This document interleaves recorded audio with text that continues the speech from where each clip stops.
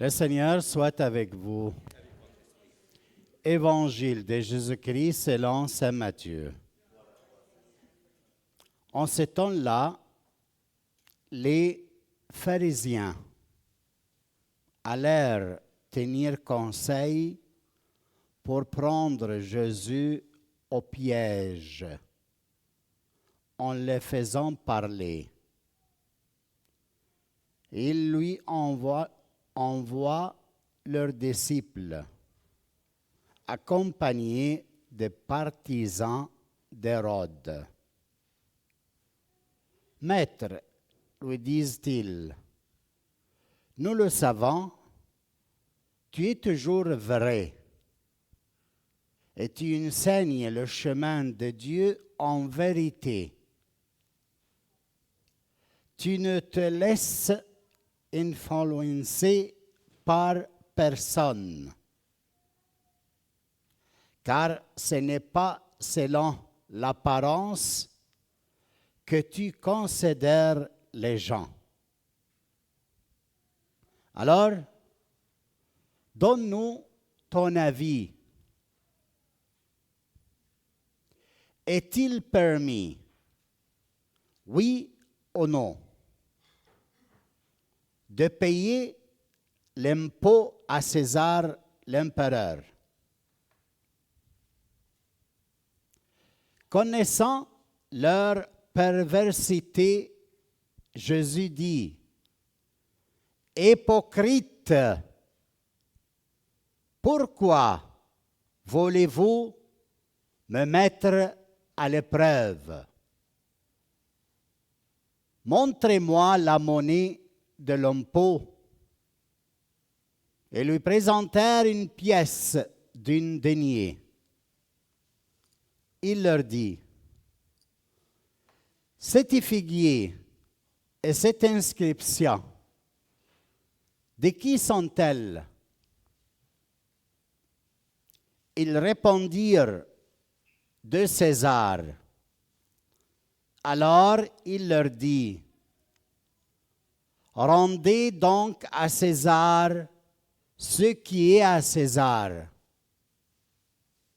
et à Dieu ce qui est à Dieu. » Acclamons la parole du Seigneur. Asseyez-vous.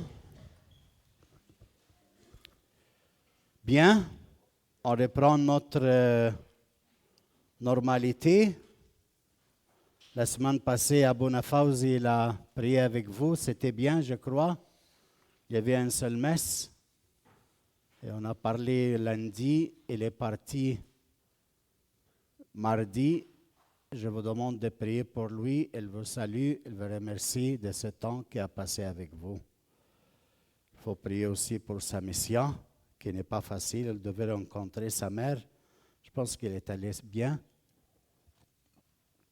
Mais prions pour les deux. Alors, la parole qui nous accueille ce matin, elle est merveilleuse. Pourquoi? Parce que au début de l'Évangile, il y a deux groupes, pharisiens et les partisans d'Hérode. Les deux sont ennemis ensemble. Les pharisiens haïssent les partisans d'Hérode. Pourquoi? Parce que les pharisiens sont des hommes de la loi, ceux qui interprètent la loi, et c'est eux qui construisent les opinions du peuple à propos de la parole de Dieu. Les partisans d'Hérode sont les hommes de l'empereur, c'est-à-dire ils sont liés à l'empereur qui a conquis Israël et qu'il domine. Il l'oblige à payer chaque année l'impôt indigné à lui de chaque personne au-delà de 12 années, 12 ans.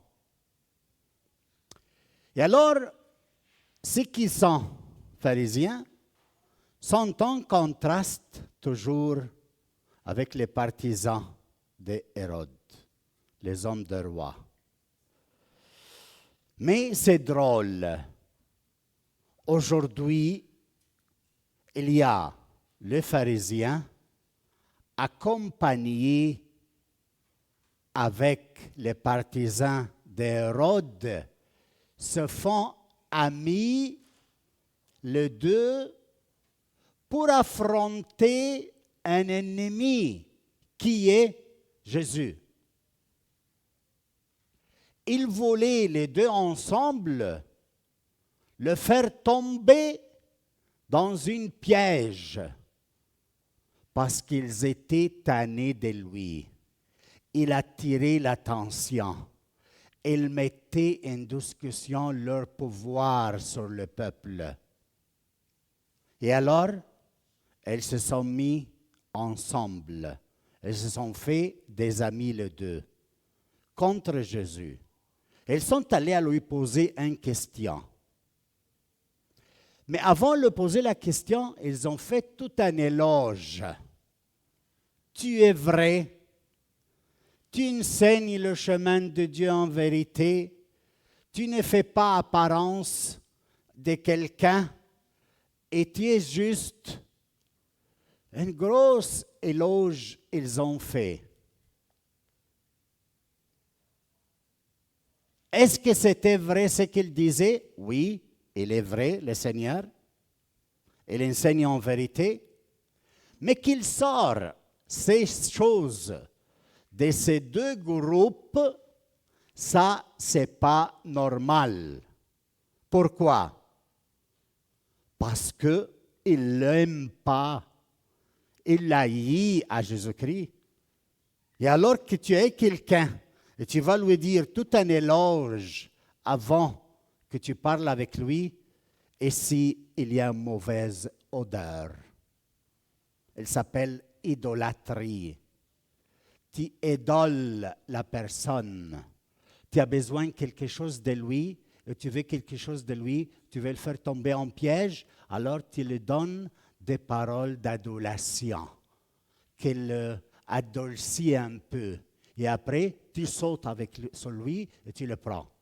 Et quelle était leur question après cet élogement? Parce que Jésus il a répondu tout de suite, quand il a entendu toutes ces choses-là. Qu'est-ce qu'il a dit? Hypocrite!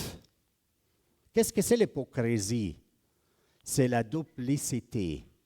Avoir dans le cœur quelque chose et dire avec les lèvres et la langue autre chose. Une double personnalité dans la personne. Un hypocrite. Un homme qui jamais il a toute une réconciliation avec soi-même. Il parle au contraire de ce qu'il y a dans son cœur. Jésus, il a vu tout ça tout de suite. Il a dit, hypocrite, pourquoi voulez-vous me faire tomber dans le piège? Nous avons une question. Donnez l'impôt à César. Ils ont décidé quelle est sa réponse. Oui ou non? Tu ne peux pas répondre au-delà de ces deux choix qu'on t'a donnés. Oui ou non? On donne l'impôt à César. Et Jésus, il leur dit. Parce que s'il dit oui, il est contre le peuple dans lequel le groupe des pharisiens est représenté. Parce que le peuple ne veut pas payer tous ces genres d'impôts. S'il dit non, on ne paye pas l'impôt, il est contre les partisans d'Hérode, les hommes de l'empereur. Et alors, il va contre l'empereur. Alors, un des deux, la réponse de Jésus, oui ou non, ils vont faire une façon qu'il soit contre lui. Ou il va être condamné des pharisiens ou des partisans d'Hérode, il le prend un piège et le condamne. Pourquoi? Parce qu'il fait une révolte contre l'empereur, ou il n'est pas avec l'empereur, ou je ne sais pas quoi. Et alors Jésus, comment il répond? Attention, parce que c'est très difficile quand tu es devant des hypocrites et tu cherches de répondre à leurs questions en les tenant en piège à toi. Parce que les hypocrites ne sont pas loin de nous. Avoir le cœur double, dualité de cœur, ce n'est pas quelque chose de très loin d'ici. Moi et toi, tous. Toujours, on a cette tentation de cacher la vérité dans le cœur. On va avec de belles paroles. Comme ça, il peut nous coûter, on peut prendre ce qu'on veut. Alors Jésus-Christ dénonce cette attitude à chacun de nous ce matin, ici. Il dit quoi?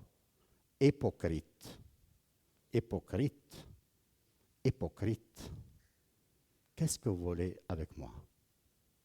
J'ai besoin d'un cœur droit. Votre façon de m'adorer avec les lèvres et l'apparence est contraire à l'attitude de ton cœur. Ton cœur, il pense au monde, à l'argent, à la nouvelle maison, ou à des choses qui t'éloignent de moi. Moi, j'aimerais avoir de toi aujourd'hui pour m'adorer un cœur droit. Tu fais des péchés dans les cachets et tu viens ici pour papa et maman, au nom du Père, du Fils et du Saint-Esprit, Amen, au nom du Père et du Fils, et tu fais tes affaires stupides qui ne comprennent rien en ça. Les démons te manipulent. Te manipulent. Tu n'as pas content. Alors pourquoi Jésus-Christ te dit hypocrite? Il me dit hypocrite. Parce qu'il veut une chose. Il m'aime, il t'aime. Il ne peut pas te dire de moi. Et par son amour, il s'adresse comme ça à toi et à moi. C'est l'amour qui le fait dire ça. Pourquoi? Pour changer d'attitude. Changer de comportement. Il veut ton cœur. Mon fils, donne-moi ton cœur. Et tes yeux voient mes chemins avec toi.